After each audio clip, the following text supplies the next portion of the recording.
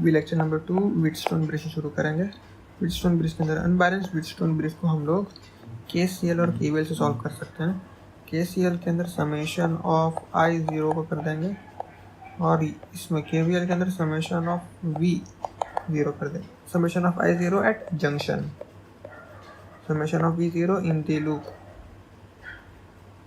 लेकिन अगर रेजिस्टेंस के बजाय व्हीटस्टोन ब्रिज के अंदर रेजिस्टेंस के बजाय अगर हम लोग कैपेसिटेंस को यूज़ करेंगे तब हम लोग KCL को यूज़ करेंगे।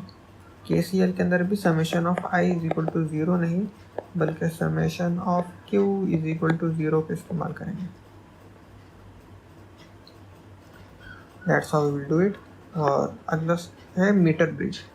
मीटर ब्रिज के अंदर ये एक वायर है, अगर ये लेंथ L है, ये लेंथ 100 माइनस L हो जाएगी, टोटल लेंथ 100 मान रहे हैं इसीलिए। ये गैल्वेनोमीटर है, ये रेजिस्टेंस बॉक्स है, ये शंट रेजिस्टेंस है, तो ये और ये बराबर हो जाएंगे। हम लोग को ये पता है बोले तो इसकी वैल्यू निकाल सकते हैं, जो पता नहीं उसकी वैल्यू निकाल सकते हैं हम लोग बेसिकली। और अगला टॉपिक है पोटेंशियोमीटर। ये डिलीट किया गया है, फिर भी हम लोग ऊपर से देख लेंगे। ज़ीरो डिफ्लेक्शन और नल डिफ्लेक्शन। हम लोग पोटेंशियल मीटर के अंदर मोस्टली क्या करते हैं, ये गैल्वेनोमीटर है, गैल्वेनोमीटर की वैल्यू ज़ीरो होती है बोल के देख लेते हैं। और ज़ीरो होते हैं ना, ज़ीरो होने की वजह से हम लोग सेल का है ना क्या बोलते हैं, बैटरी का EMF कैलकुलेट करेंगे और रेजिस्टर्स की वैल्यू कैलकुलेट करेंगे, नहीं तो जो पोटेंशियल डिफरेंस आ रहा है उसको कैलकुलेट करेंगे। इससे अलग अलग चीज़ों को हम लोग कैलकुलेट कर सकते हैं, बताते हैं हम आपको आगे। लेकिन बेसिकली गैल्वेनोमीटर की रीडिंग ज़ीरो होने का इंतज़ार करते हैं हम लोग। ये लेंस से आगे पीछे करके गैल्वेनोमीटर की रीडिंग को ज़ीरो कर देंगे। ओके, तो ये बात ज़रूरी है, क्यों बोले तो गैल्वेनोमीटर की रीडिंग ज़ीरो करना है बोल के हमारे ध्यान में पहले से ही है बोले तो हमारे क्या बोलते हैं कैलकुलेशन आसान हो जाएगा, डायग्राम आसान हो जाएगा। देखो कैसे, ये वाला डायग्राम देखो आप, यहाँ पे पोटेंशियल है, अभी इस पोटेंशियल की वजह से करंट कैसा फिर रहा है बोल के आप कैलकुलेट करने जाएंगे बोले तो बहुत कॉम्प्लेक्स हो जाएगा। लेकिन अगर आपको पहले से ही पता है, हम लोगों को क्या देखना है, गैल्वेनोमीटर को ज़ीरो करना है। गैल्वेनोमीटर को ज़ीरो करने पर ही हम लोग रीडिंग निकाल सकते हैं, हमको मालूम है पहले से। तो गैल्वेनोमीटर को पहले ज़ीरो कर देंगे, तब देखो आपका डायग्राम एकदम ईजी बन जाएगा, इतना छोटा बन जाएगा आपका। यहाँ पे पोटेंशियल है, यहाँ पे रेजिस्टेंस, यहाँ पे रेजिस्टेंस, तो ये रेजिस्टेंस की वजह से और ये पोटेंशियल की वजह से यहाँ से आप करंट निकाल सकते हैं जो ये लूप के अंदर घूम रहा है। अब ये लूप के अंदर घूमने वाले करंट निकाल लिया, वो करंट की वजह से वो करंट इंटू IR कर दोगे बोले तो इसके अक्रॉस पोटेंशियल मिल जाएगा। यही करंट इंटू I ये वाला रेजिस्टेंस करो तो इसके अक्रॉस पोटेंशियल मिल जाएगा आपको, समझ गए।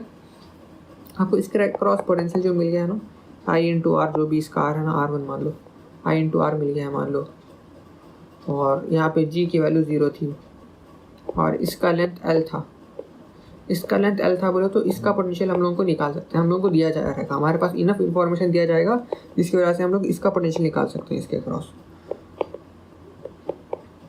अभी आप है ना, इसका पोटेंशियल आपको पता है और ये भी पता है, I इंटू R1 आपको I पता है, लेकिन R1 दिया नहीं गया है मान लो, तो I इंटू R1 लिख दोगे और इसके अक्रॉस जो भी पोटेंशियल था ना वो लिख दोगे जो आपको पता है। यहाँ से आप R1 की वैल्यू निकाल सकते हो। ऐसा इस्तेमाल करेंगे आप लोग। और इसका पोटेंशियल कैसे निकालेंगे, यहाँ पे देखो आपको दिया गया रहेगा कि यहाँ पे करंट I घूम रहा है, I की वैल्यू क्या आ जाएगी, total potential upon resistance total. Total potential is EMF upon total resistance is R0 और इसका इंटरनल रेजिस्टेंस R0 और ये इसका रेजिस्टेंस R। इंटरनल रेजिस्टेंस को 0 मान रहे होंगे या तो इंटरनल रेजिस्टेंस को भी R0 के अंदर इंक्लूड कर रहे होंगे वो। ओके, तो आपको करंट भी मिल गया है यहाँ पे। Potential across this whole wire क्या हो जाएगा, I इंटू R, इसका रेजिस्टेंस R है तो चलने वाला करंट I है, I इंटू R, I की वैल्यू भी डाल देंगे हम लोग, ये वैल्यू ये आ जाएगी। पोटेंशियल ग्रेडियंट मतलब इसी पोटेंशियल को लेंथ से डिवाइड कर देंगे, टोटल लेंथ L है मान लो, तो potential in the wire divided by total length of the wire, तो ये आ जाएगा, इसको K भी मानते हैं हम लोग। और पोटेंशियल एट एनी लेंथ ये वाले लेंथ एल आर मान लो, तो क्या आ जाएगा, potential in any length is के इंटू एल आर आ जाएगा। बस आप ये समझ गए बोले तो आगे का और जो एग्जांपल है वो तो बहुत आसान दिखेंगे आपको इससे भी।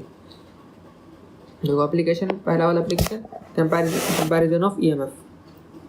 सबसे पहले एक ईएमएफ को डिस्कनेक्ट कर दो, एक ईएमएफ से कनेक्ट कर देना है आपको। जी की वैल्यू 0, करंट 0 है, इसका ईएमएफ E1 मान लो, और यहाँ से कुछ पोटेंशियल बन के निकल गया V मान लो। आपको E1 की वैल्यू चाहिए, इसे इक्वेट कर दो, ख़त्म। फिर इसको डिस्कनेक्ट कर दो, इसको कनेक्ट कर दो, और लेंथ को आगे पीछे करके जी की वैल्यू 0 कर लेना, इसका पोटेंशियल निकाल लेना आप, कुछ आ जाएगा V dash is equal to E2 लिख देना, ख़त्म ना, आसान। और internal resistance of given parent, आप यहाँ पे देखो, यहाँ पे जो हम लोग यहाँ पे बैटरी लगाए थे, यहाँ पे भी बैटरी लगाए हैं, लेकिन बैटरी के साथ में एक और रेजिस्टेंस जोड़ दिए हैं।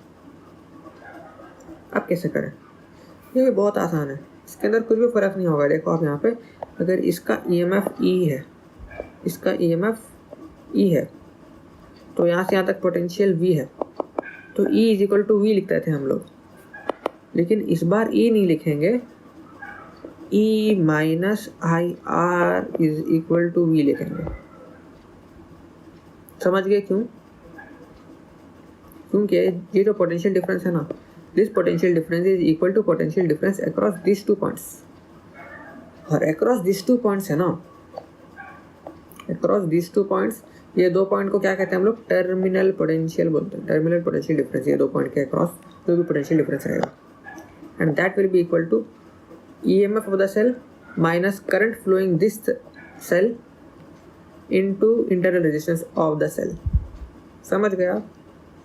बस टर्मिनल पोटेंशियल की वैल्यू डालने EMF के बजाय, यहाँ पे हम लोगों को टर्मिनल पोटेंशियल की वैल्यू डालने की ज़रूरत नहीं पड़ी थी, क्योंकि यहाँ पे करंट ही नहीं जा रहा था, तो इंटरनल रेजिस्टेंस के अंदर से करंट जा ही नहीं रहा है बोले तो टेंशन ही लेने की ज़रूरत नहीं है।